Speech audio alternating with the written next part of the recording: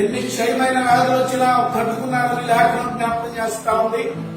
ఐగుప్తులో ఉన్నటువంటి ఇశ్రాయేలుకి వెలుగుంది, ఐగుప్తులకేమో చీకటి ఉందని జ్ఞాపకం చేస్తాము. అయినా మా ప్రభువు యేసు వారు మనకు వెలుగై ఉన్నాడు కనుక ఆయన స్తుతించడానికి యోగ్యతను దేవుడు మనకి ఇచ్చినందుకు ప్రైజ్ ది లార్డ్. ఆమేన్. అందరికీ శుభాకాంక్షలు.